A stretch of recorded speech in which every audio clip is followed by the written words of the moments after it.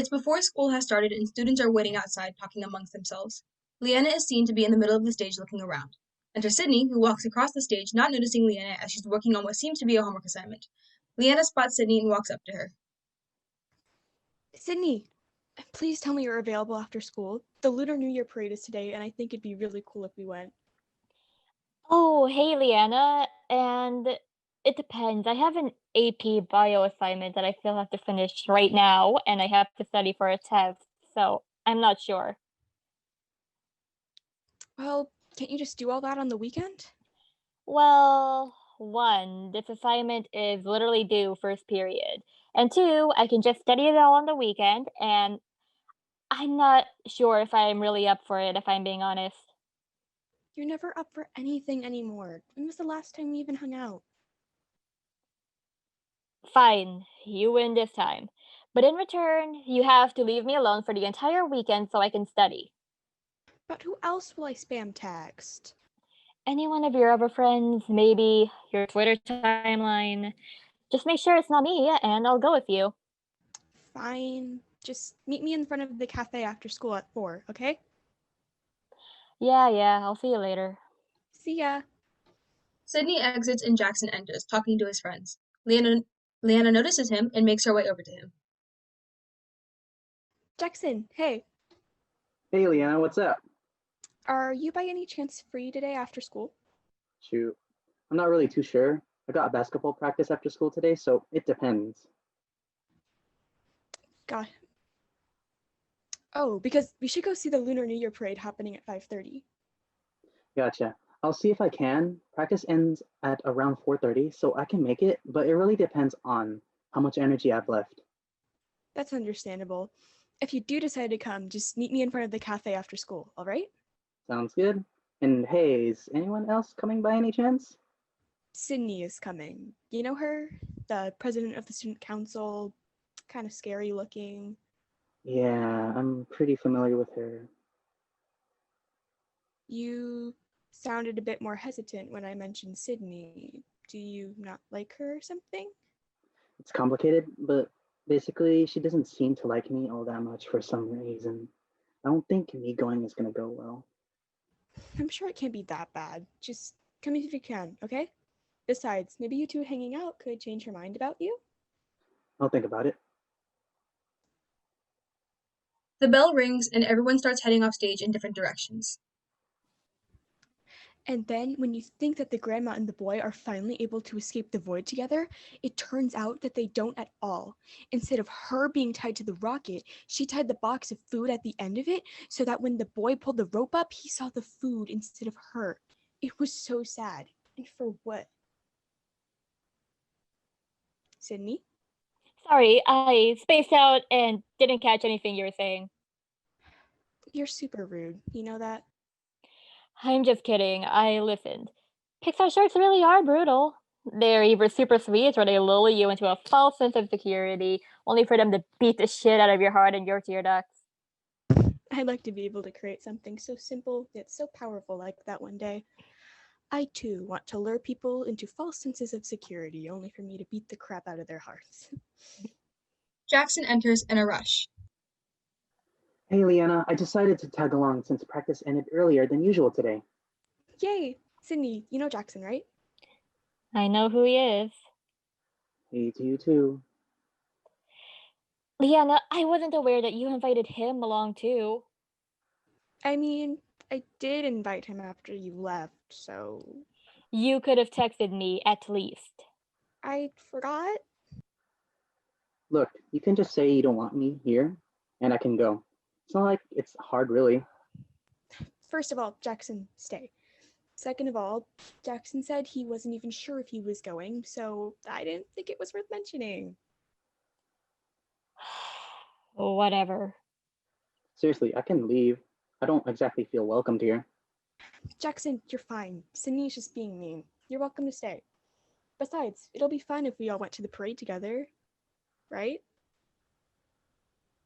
Speaking of the parade, it starts in about 2 minutes. You're going to want to hurry up if you don't want a bunch of people blocking your way. You're right. What are we waiting for? Let's go. Leanna lunges out of her seat and grabs both Jackson and Sydney by their wrists and drags them off stage along with her before they have the chance to protest. They re-enter on stage looking for a clear spot to view the parade. I can't see anything from back here. There's too many people, and I'm too short. Well, that's unfortunate. Looks like we're all going to have to go home sooner than expected. Maybe, or unless you guys have any other ideas, there's a way we can still see it. No thanks. It's too late and I'm tired and Sydney, can we please just see what he has in mind before you leave? I don't trust it. My gut tells me that I'm going to be mugged at knife point in an alleyway. Your gut is wrong. It's never lied to me before and it doesn't trust your idea. You and your gut should lighten up a little, yeah? You and your gut are asking to be punched.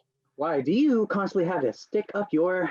Jackson, let's just try your way, and if it doesn't work, Sydney can yell at you all she wants before we go home. Hey, Lead the way, Jackson. just follow me, the both of you. Jackson leads Leanna and Sydney off stage. The stage goes black and everyone exits off. They re-enter the stage. The three are now on a rooftop of the nearby building that's high enough to see the parade, yet low enough to still hear and see the parade clearly. So what do you guys think? And hey, watch your step. We're about 5 stories up. This looks amazing. I can see everything. Are we even allowed up here? Don't worry, I come up here all the time to just look at the city. I'm basically best friends with the janitors that come up here. At least I think. Uh-huh. Guys, I didn't get a chance to explain earlier since we were in such a rush, but I really do appreciate you both coming out here with me. Explain what? Just my gratitude, really. I used to watch these parades with my brother and our Vietnamese neighbors growing up. We just continued to watch them even after they moved out. We didn't really celebrate it, but we loved just getting to listen to the music that played while we looked at the really cool float designs and the dancers and just how beautiful everything was. After he died, I just didn't want to watch the festival by myself anymore. So I'm really thankful for the both of you at least being kind of sort of willing to be here. Now I feel bad for wanting to leave early. I'm really sorry, Leanna. Same here. It's okay, guys. I totally get it. Anyways, Jackson, do you know where the bathroom is? Just go down the stairs 2 floors and it should be at the first door to your right. Okay, got it. Thank you. Leanna exits off stage. Sydney and Jackson remain where they are, looking out at the festival. You really seem like you don't want to be here. I don't. You know, you could just leave right now. I can tell her that you weren't feeling too well. I can't just leave her after that story she just told us. Again, I can leave if I'm causing you to not want to be here. It's more than just you. It's the memories this parade brings me. I tried to pull excuses to get out of coming here and even using you as an excuse, but that obviously didn't work. It's just, never mind. It's just, you want to talk about it? Look, I know we haven't been on the best of terms lately, but I'm still here to listen. Only if you want to, of course. It's just, it's also my first Lunar New Year without a family member. I used to spend it with my Filipino grandparents. After school, I'd go straight to their bakery in Chinatown and I'd help them out until it was time to watch the parade. And we just watch it from the upper floor of the bakery while eating pastries. It was the highlight of my spring. What happened? 2020. My grandmother caught COVID. She eventually had to be hospitalized. My grandfather kept his bakery open so he could pay for her bills with financial help from my parents and I. We hoped it was going to be fine. One day I was going back to the bakery for my job to check up on him when I saw all the windows are broken and go away, Chinese virus, Kung flu, stop selling bat soup were spray painted all over. There was even a brick with a note that blamed my grandfather and the Chinese in our community for bringing the virus into the country. It was disgusting. And because of them, my grandfather couldn't and still can't reopen his shop for a long time. and struggled to pay my grandmother's bills. In the end, it didn't even matter. She didn't survive. I feel so stupid now for thinking it was all about me. But if it makes you feel better, I also had someone I cared about pass from COVID. My cousin. I still wish that I were more strict on her and told her to stay inside and wear a mask instead of letting her constantly go out with her friends. It's okay. And I'm also sorry for your loss, too. Thank you. Does Liana know about your grandparents? No, she's my closest friend, but she never asked. It feels good talking about it, though. Yeah, same here. I kind of find it ironic that you open up to the person you hate about something so personal before your best friend. Yeah, I guess it is. I guess I should have just accepted the fact that you liked her more than me. Maybe I wouldn't have hated you as much. I'm sorry, what? Who? Don't play dumb with me. Can't you remember? I'm not. All I can even remember is that we used to be friends until you ghosted me. That's so rich coming from you. Friends? You're such a liar. A liar? Were we not friends? Oh, wait, you probably didn't even consider us friends since you had the guts to just leave me. That isn't true at all. I thought we were friends until I found out you used me. Used you? Since when I ever used you for anything? You used me to get closer to Leanna, you dipshit. Oh my god, you really got the nerve to call me a liar? I didn't use you in any way, shape, or form. I didn't even know where you got that from. I got it from everyone you were close with. I didn't want to believe them, but you started to hang around me less and more around her. I was crushed, and that's when I realized that they were right. So I dropped you from my life in the harshest way I could. I still have no idea what you're talking about. Sure, I started to talk to her more, but that wasn't because I liked her better than you. In fact, I actually liked you a lot and wanted to ask her for advice on asking girls out. That's all there was to it. You're lying. No, I'm really not. But rather than confront me or respond to me, you decided to just ignore and block me. My side of the story wasn't important to you at all. So, everyone lied to me? God, Jackson, I'm so sorry. I'm just. It's too late for that. You have no idea just how much damage you did to me. You have to understand that I wasn't thinking clearly. I was hurt, distraught, and Would manipulated. you just listen to me? You're. How about you listen to me? I'm trying to give you an explanation. Take this as me finally confronting you. Please, will you just give me a chance? You listen to me talk about my grandparents and let me. No, I'm done trying to reach out to you and trying to understand you. I don't think us being friends again would fix what you've done. Fine. Sydney turns to exit, storming past Juliana, who tries to reach out to her, to no avail.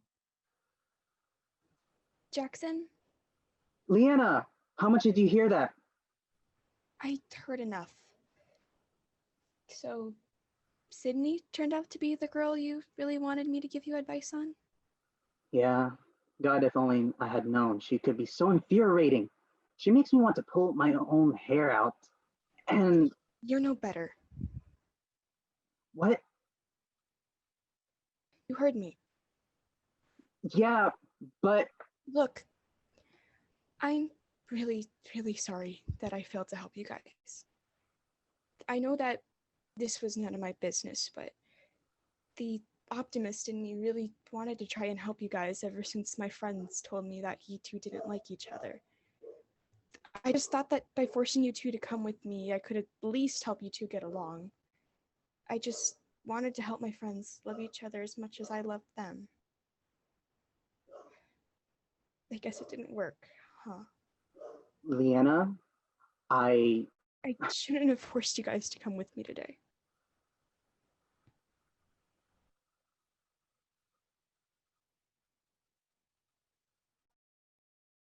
Leanna unconsciously takes a step back away from Jackson towards the edge of the roof. I really hope you both don't hate each other even more. Another step. Leanna, please just. I should have stayed out of this. I'm so sorry. Another step. And today was going so well. Another step. She keeps stepping back and back, unknowingly with each line she delivers. She smiles at Jackson, who feels something is off. But it's all right. We can always try again. Maybe next time it won't be as bad. Leanna, please just steps towards me and... I'll see you both next week, yeah? Leanna, watch out! Before Leanna can process what he said, she loses her balance and falls off the roof. Jackson, who is darting toward her, peers down off the edge and sees a crowd of screaming people look at Leanna, who is lying in a pool of her own blood. Lights up in a hospital waiting room, where Jackson is shown with an empty and cold face by himself. Sydney enters in a panic. Jackson, I came as soon as I heard, and I know now is a bad time, but please tell me she's okay. Jackson, please, I'm begging you, tell me, please. I don't know. Oh my God. I just really hope she'll be okay. I hope so too. You know, she was just telling me about how much it meant for her, for us to actually get along. Oh, what'd she say? She just said how she wanted us to help us at least get along, and also how she wanted us to love each other as much as she loved us. God, she's so cheesy. Yeah, she is. Sydney, I'm really sorry about earlier. I went too far. Don't be. I was the one who did you wrong in the first place.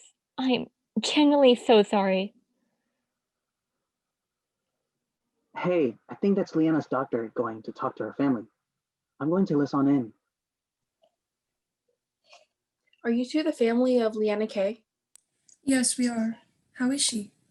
Right now, Leanna is still in critical condition.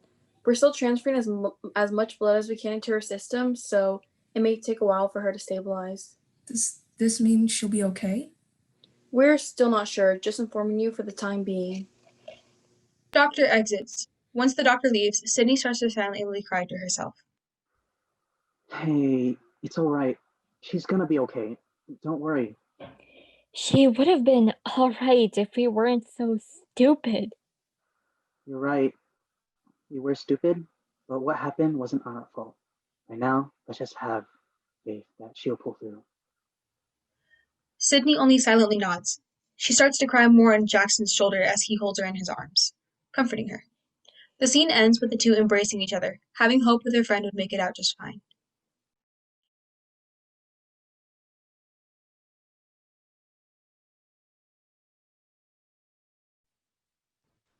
A small studio apartment. Vic is typing away at her laptop while Clem, Ray, and Murphy have a conversation, completely off task. Wait, so your uncle actually got arrested? Not on purpose. Who would get arrested on purpose? Michael Schofield. Wait, you guys haven't seen Prison Break? Oh my god, we have to watch it, like, right now. Vic, where's the TV remote? Murphy scrambles for the remote before finding it. Just as she's about to turn the TV on, Vic takes the remote away from her hands and sets it away from her reach.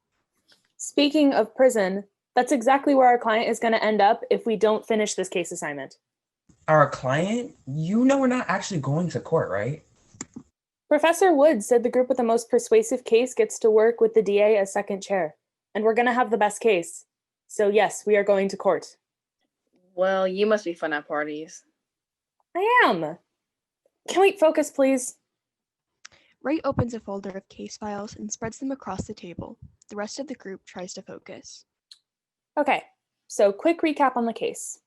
Alan Sampson was visiting his family in Pittsfield for the holiday season back in December. Around 5:30 p.m., local police officer Dean Hovis reports a suspicious black male driving in the area. As Sampson nears his family home, Hovis pulls him over because he and his vehicle matched the description of an offender they were looking for. Sampson provides his ID to prove his innocence, but Hovis keeps pressing him. Sampson reaches for his phone to record the false questioning, which Hovis takes as an invitation to start beating him with his baton. Alan Sampson's sister, our client, Clarice Sampson, witnessed the entire thing from an upstairs window inside the family home and screams when she realizes it's her brother being attacked. Hovis hears the scream, runs back into his patrol car, and flees the scene. In the time that it takes Clarice to get all the way downstairs and into the driveway, Hovis is gone and Alan is left brutally beaten and nearly unconscious. Yeah, and don't forget that Clarice's mental state was already unstable before, and witnessing the crime just made it a lot worse. Yeah, if there's anything the prosecution has over our heads, it's that Clarice's account of events is totally unreliable. When the crime took place, she was on 3 different medications. She thought she was hallucinating. Which means they can argue Hofus was never involved in the first place, and Clarice was actually the one who assaulted her brother. And the prescription drugs that she was on have side effects of delusion and memory loss. The prosecution could say she committed the crime and was so overwhelmed with guilt that her mind conjured up a fake story involving Hobus as a defense mechanism. God, it is so messed up that they're using her own mental illness against her. First, they defend a racist who almost killed her brother, and then they accuse her of doing it herself? You were talking about the mens rea earlier? Oh, right. So there's not much we can do about Clarice's unreliability as a witness, but I think we can keep the prosecution from confirming criminal intent. How? This chick can go 5 seconds without saying something incriminating. She should just get "I'm guilty" tattooed on her face. That's her point, doofus. Listen to what she's saying. Well, think. What do you do when a client risks incriminating themselves? You want to have her plead the fifth? It makes sense, and logically it's our only option. Who's that? Oh, it's probably my neighbor, Mr. Fernsby. He knocks on my door every other day asking if I've seen his pants anywhere. There's another knock at the door. What do you want, Mr. Fernsby? Besides a therapist. I'm not Mr. Fernsby. Sorry to disappoint. The group turns to the door questioningly. Warren continues speaking from the other side of the door. I'm Warren. I go to Albanila. Professor Wood assigned me to your group kinda last minute, and he gave me this address. I know it's weird. I promise I'm not an axe murderer or something. The group exchange glances. Vic is hesitant for a second before half-heartedly motioning Murphy to open the door. She turns her attention back to her laptop and sits next to Clem, only slightly annoyed. Murphy opens the door to reveal Warren, holding a laptop and several books in her arms. Hi. Everyone except Vic, who is busy typing on her laptop, waves. Hey, I'm Murphy. That's Ray, Clem. Oh, hey! I know you. I've seen you in class. You always sit in the back. Yeah, sorry about the last-minute group addition. Wood completely skipped me when he was doing the case assignments. Sometimes a guy doesn't know how to use his head. Vic finally looks up and makes eye contact with Warren on this line. They both freeze. There's an obvious shock felt by the both of them upon seeing the other. The rest of the group tenses attention. You guys okay? Yeah. Sit down, Ren. We have a lot of work to... Sorry, Warren, I mean. You can set your stuff down there. Warren sits where Vic indicates, and the rest warily follow suit, still perplexed by the interaction. Clem whispers to Vic.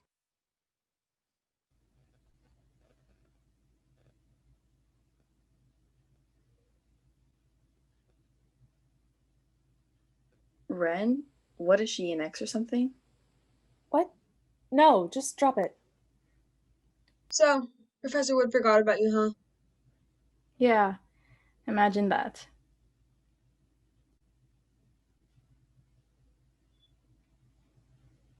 Hey, did you guys hear Professor Wilkin is on administrative leave? Yeah, everyone's saying he's getting fired. Yeah, it really sucks. It does suck. He's really helped a lot of students. Well, what did he expect? You don't miss half a month of your job and expect to keep it. I heard he's been having family issues, problems at home, personal stuff. Still has an obligation to his job. If that's true, then why would he just up and leave students who need him with no explanation? Maybe he had a good reason. Like what? Can we talk about the closing statements? Oh, so you guys already discussed prepping the defendant for cross-examination? Yeah, she's not taking the stand. Why not? Because it's too risky. With the freshly added trauma on top of her already unstable condition, her chances of not incriminating herself in front of a jury are about as likely as dying from a bee sting. There's actually a 1 in 54,000 chance. What? I'm allergic, okay? Did you ever consider that her mental instability might be what actually wins this case? Emotion doesn't always work against you. I mean, she does insist on testifying. But that doesn't mean that we let her. I just think we need to examine all options here. We can't just rule out using sympathy. And by sympathy, you mean just hoping someone takes pity on her in a court of law. Emotion in a courtroom is more than just sympathy. It's irrational. No jury is going to buy that. You want to silence our clients? This woman's mental state was drastically affected by the occurrence of this crime. I think we should use that. No, she's not testifying. End of story. Why are you so against me, Victoria? I'm not against you. Can't you see that I want justice too? We all want justice for Alan and Clarice. I'm telling you we do that by thinking logically. Were you thinking logically when you left Washington? This isn't about Washington. It doesn't seem like it ever is. Acting like we don't know each other, like we're strangers. Maybe that's how it should be. Look, a family of giraffes is parading outside. Ready, Clem? Let's go. Are you insane? Are you? You're the one that left without a word, a card, anything. I know things got messy back at home, and we're not the high schoolers we used to be, but I at least expected some kind of warning. I'm guessing you still haven't spoken to your family. I thought we were both mature enough to work on and deal with our problems, but here you are, running from them. Warren, Don't you ever get tired? Whether it's assignment for law school or your own life, you're still running, Victoria. Where's the logic in that? Will you stop with the logic already? It was stupid. I know that, okay? I know. I thought you hated me, Ren. I wanted to say goodbye. I didn't know how. It's not a coincidence you ended up at Albanila, is it? We used to dream about going here, remember? About finally getting out of Springdale, Washington. Being here kind of felt like making up for the goodbye I never said. I'm sorry. I'm sorry, Ren. For all of it. I used to chew you out for being too impulsive, but I was the one who wasn't thinking things through this time. I'm sorry.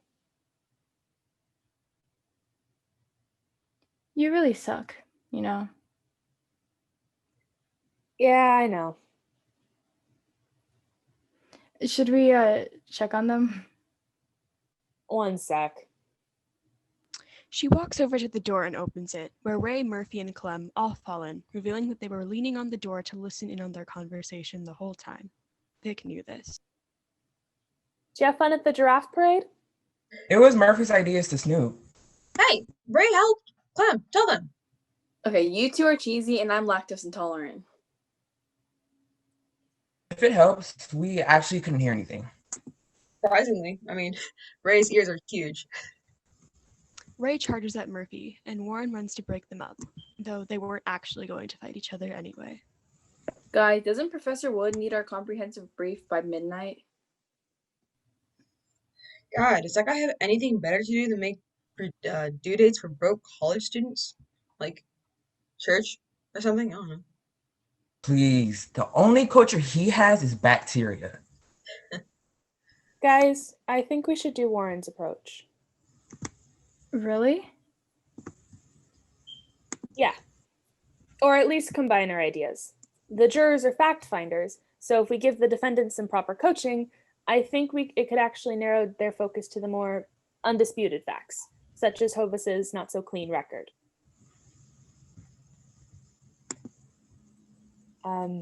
Everyone agree?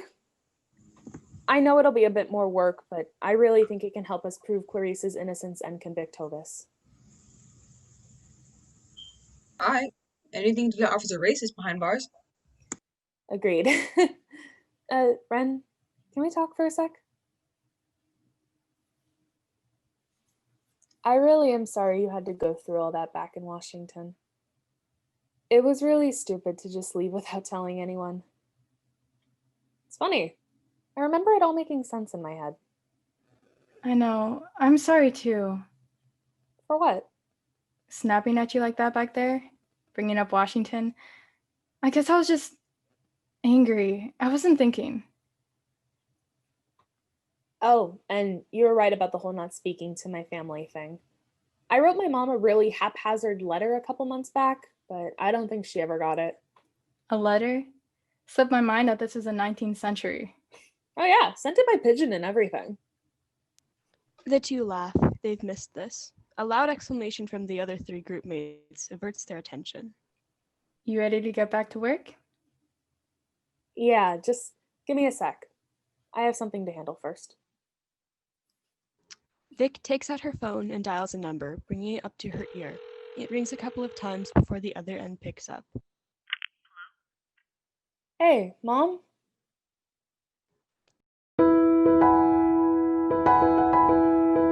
Caroline is lying on her bed, talking and laughing on the phone with Amber about a rumor they heard the day before. So you really think Carrie broke up with him because of that? Of course. That's exactly what Austin told me, and he's super close with her ex. Speaking of boyfriends, have you been seeing anyone lately? You were telling me about this one guy and... Yeah, let's not talk about him. Turns out he lives in Ohio, and I don't do long-distance relationships. We all know how that turns out. Oh, I totally forgot to ask you. So, I'm throwing a party at my house this weekend for my 18th birthday, and I really want you to come, Caroline. Besides, there's going to be a bunch of guys there since Austin's bringing some of his friends from football. Amber, I would love to, but you know my parents. I told you so many times, my parents don't even want me to mention doing a show, not to talk of going to a party. If my mom even finds out I'm talking to you instead of studying for the SATs, she'd go berserk. Plus, have you been hearing the news lately? I don't know, but they keep saying something about a pandemic, and I'm sure my mom wouldn't even for a second let me. Caroline, you're almost 18. How long are your parents going to keep treating you like you're still 5? Come on, just try to talk to your mom. Tell her you're getting older and you need your freedom. Simple as that. After a few seconds of silence, Caroline rolls off her bed and walks over to the waitress poster she has on her desk. She looks at it and sighs. You're so right, Amber. I've been trying to avoid this conversation with her for so many years, but I'm older now. She has to understand, I think. Atta girl. I knew you had you, didn't you? Well, Austin's taking me on a blind date and I still haven't gotten ready, so I gotta go, girly. Bye! Bye, Amber. Caroline hangs up and walks out the door to the living room, where she meets her mom standing in the kitchen, still in her robe and on the Zoom with a patient. She sits down at the dining table, reading a Forbes magazine article. Amy's on the Zoom with a patient, cutting up some tomatoes and onions and laughing. Yes, Mrs. Johnson. The prescription for your son should be sent to the lab now. No, there's no need for further appointments. Yep, of course. All right, now you have an amazing day. Amy ends the call and notices Caroline reading. That's a wonderful magazine you're reading there. If you go to page 5, it talks about all the amazing possibilities and pathways available for seniors who are interested in the medical field. I picked it up just for you. Thanks, Mom. Mom, look, can you imagine? The police stormed into this girl's house and basically murdered her and her boyfriend because they thought he was a burglar. That's ludicrous. First Ahmad, now her? Oh yeah, I read that. It turns out her boyfriend was actually accused of possessing some illegal drugs. If it weren't for the police, well, I just don't know. What? That doesn't warrant the police killing them. Mom, I was watching this one video about how the police system is... Caroline, no politics. I've told you so many times, we don't discuss politics at... Dagnabbit, this dang knife is so sharp. Honey, would you mind getting me a Band-Aid from the cabinet? Sure, Mom. I'm sorry. Caroline gets up to search the cabinet for a Band-Aid and ointment. So, anyways, what I really wanted to ask you was... Wow, the ointment too? Why, look at you. Already becoming the doctor you're meant to be. Yep, that's me, Mom. But I really wanted to talk to you about something that's happening next week. So you know my best friend in the whole wide world, Amber, right? Well, she's having a birthday party this week because she's turning 18, and I was wondering, since I'm older now, and I finished all my assignments and chores and... Caroline, we've had a conversation like this before. I know, Mom, but that was when I was younger, and you were afraid that going to parties and extracurriculars were going to ruin my grades and all these safety precautions you were talking about. But I'm almost 18 now, and... Caroline, you're almost 18, and that's even more the reason why you shouldn't be going out to parties and instead be focusing on your studies. UCLA is no joke, and you need to have outstanding grades if you even want to appear noticeable to them. Partying is not going to cut it, not in my house. Mom, I know that, and I've taken AP classes ever since freshman year, and I've been acing all of them. I do my chores, I have a job. I'm so ready to just take a break and catch up with all... Caroline, we are not continuing this conversation. My answer is no. You cannot go to the party. In fact, there's no way you'll be able to go because Sydney's coming over from college this weekend. I thought she was going on a vacation with her boyfriend or something like that. Let me guess. It's because you're sick of me and you would rather have your favorite child come over. I persuaded her to come home this weekend for spring break to visit some potential medical schools nearby. Oh, and this COVID thing is scaring me an awful lot. I'm not so sure I'll feel comfortable with her being up there. Not to talk of you going to a party. Give me a break, Caroline. What? But Okay, Mom. I'll just be in my room. All right. Well, I'm ordering Sydney's favorite mango cake from Red Ribbon the day before she comes. Can you just do me a favor and tidy up Sydney's room? We want this place to look as homey as possible for her. Okay, Mom. Caroline makes her way up to Sydney's room to tidy it and notices it has been the same way it was left for months, untouched. She makes her way to her bed where she withers away, hoping, the lights dimming to darkness and absolute silence. It's the weekend, and Caroline is laying on her bed mid-conversation with Amber on the phone, telling her all that had happened this week. And the worst part, Amber, is that the only viable reason she gave me about why I cannot come to your party is because my sister's coming over for spring break and the stupid pandemic. Even when I told her that I'm smart and responsible and stuff, she still didn't want to hear it. Caroline starts to tear up and tries to conceal it with the tissue from her desk. Amber, meanwhile, is shopping. Actually, so perfect for my body. Do you have it in a size 6? Or no, size 4 because I'm going on a strict diet and... Oh, Caroline, babe, I'm so sorry. There's just so many people in dresses. Can you come again? Amber, I can't go to your party today. I tried to. Caroline hears a knock at the door as her dad pokes his head into her room. Hey, Pumpkin. Sydney's here, so I would start getting ready to come down. Hold on, Amber. Okay, Dad, I'll be down in a second. Atta girl. It's a nice poster you got there. Whoever got it for you must be a real G.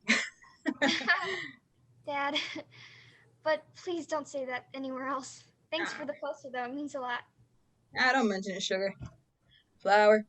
Butter. I'll stop. Amber, you still there? Can you just get someone to pick me up later tonight? I have a plan. You know I got you, girlie. I'm so excited. Amy calls Caroline from the living room to come see her sister. Me too. Well, I gotta go. My sister's here. Bye. Caroline hangs up and makes her way out, closing the door behind her. Caroline reaches the dining room, where she meets her sister hugging their father, with their mom sitting at the dining table praying over the food already set. There you are, Caroline. Come sit and greet your sister. Sydney walks over to give Caroline a hug, in which Caroline dodges. Hey, Caroline. How are you? I missed you a lot. Caroline ignores the question at first, but after a while, feeling the tension without looking up, she speaks. I'm fine. Thank you. Amy puts her fork down and looks straight on at Caroline, who is still looking down. Noticing the magazine she was reading days before, Caroline speaks. Mom, I know we don't like to bring up politics, but I really wanted to address what you said a couple days ago about Breonna Taylor. I didn't think it was the right thing to say. I mean, especially because I've been seeing a lot of posts and articles about police brutality online, and I really want to talk about it if that's Caroline, okay. I don't want to discuss this. Your sister just came.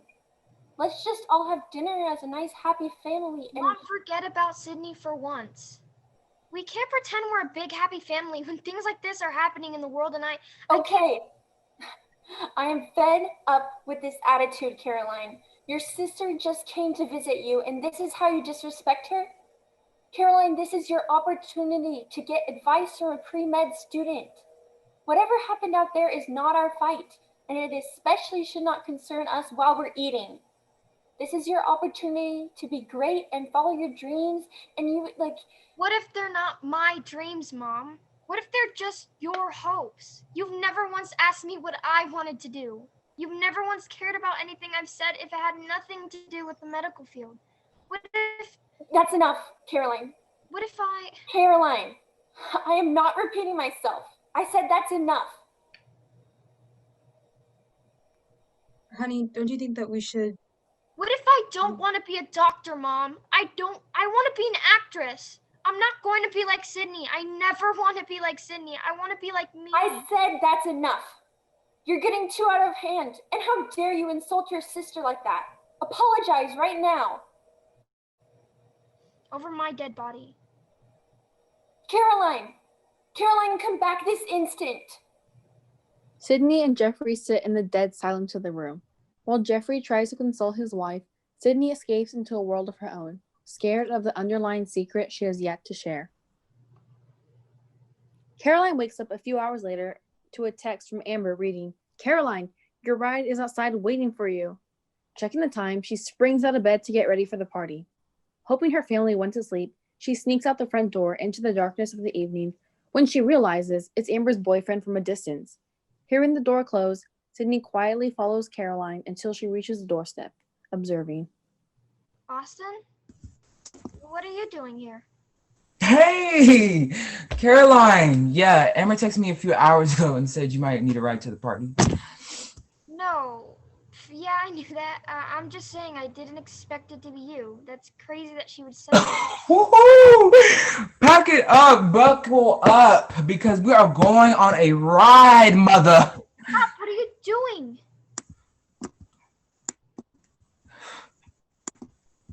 Austin, you're obviously drunk. Why don't you just give me your keys and... As Austin gets a call from Amber, he ignores Caroline and peels out of the driveway, which slams the door shut, and as Austin speeds up, she quickly realizes that she's still in front of her driveway. Walking up the driveway to crouch in front of her garage, she gets a text from Amber minutes later. "How could you? I should have known all along, you nasty skank." Reading the text over and over, Caroline couldn't believe he lied.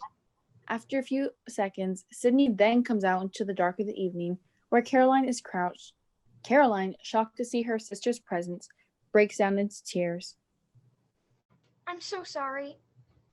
I should have never treated you like that. I'm sorry I left. I'm sorry. I'm so sorry, Sydney. Please don't tell Mom. Hey, Caroline. It's okay.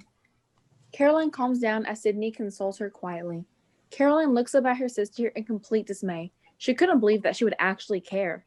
Caroline's phone goes off again, and it's another rage text from Amber. Sydney notices the text, grabs her phone, and replies, "Your boyfriend is a douchebag. Do not ever text his phone again. Love, Caroline's sister." Don't worry about them. Friends come and go. But Caroline, if I have to be honest, I never wanted to be a doctor. I still don't. That is why I'm not going to be one, and you don't have to be either. I dropped out of my biology major, and I'm focusing on film. That's even the reason why I came here, to tell her, but after the feud today, I never told Mom because, well, I was scared to. What would she think of me? She put so much pressure on me to be an example for you, but at the end of the day, the best example I know I can be is to do what makes me feel whole. Being in the heart of Los Angeles, there are so many opportunities. There are so many opportunities for you out there, and if you want to be an actress, Caroline, be an actress. I promise you, life is too short for you to do something that doesn't make you happy.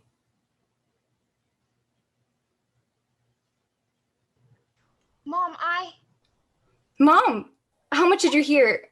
Please hear me out. No, please. Don't explain. Just go inside. After exchanging looks, Caroline and Sydney proceed to follow their mother inside to the couches. Seconds later, the girl's father comes whistling out looking for a midnight snack. Noticing the congregation, he tries to leave. Jeff, you're part of this too. Hey, girls. What's crack-a-lackin'? Girls, growing up, believe it or not, I always wanted to be a singer. I would perform at shows, sing in choir, everything. But my mother would always call my singing a distraction. She would always want me to take harder classes and focus on science because she wanted me to be what I am today. Like you girls, I hated that my mom would tell me what I should be. I never wanted to be a doctor, so I always questioned why on earth would I have to. When Grandma passed away, my father took me in. He was devastated with your grandmother's death, so he took to alcohol. We fell into the wrong crowd of people until eventually we were homeless. Then, I believed the only way to get out of there was by listening to my mother and going to medical school. So I did. I got my undergraduate degree and went to medical school through loans, but solely with the ambition that I didn't want to be homeless again. I put so much focus, time, and effort into something I didn't want to do because I wanted a better life. I wanted a better life for me and for my future children. I hope you girls understand that everything I do is because I want the best for you. None of you should be sorry or blaming yourself for anything. I should be the one apologizing. Girls, like your mother said, we want the best for you. We always have. I remember when you girls were younger, your mother and I would always tell you to follow your dreams. From what I remember, Caroline's dream was to be a pumpkin, while Sydney wanted to be a giraffe. I guess in all that time, we've somehow lost our way a bit, because all we ever envisioned was for us to be a happy family. It's also the reason why we try to avoid politics during our family time. Although now it's so much harder because you're both older. But we are fully aware that even though your mother and I chose our paths, we can't expect you girls to go down the same one. I want you both to create better stories for yourselves. And I believe the best way we can start as parents is by allowing you girls to go after what truly makes you happy. Amy, once looking down, brings out Caroline's waitress poster from behind her back and offers it to Caroline. Absolutely. Caroline springs out of the couch to give her mother the biggest hug she could have ever imagined. Joined immediately by her sister and father, the Waltons hugged for what felt like the longest of times, just embracing every second of love and comfort. Caroline, never let anyone tell you what you can or cannot do. Ever. Always follow your dreams. Trust me, Mom. I will.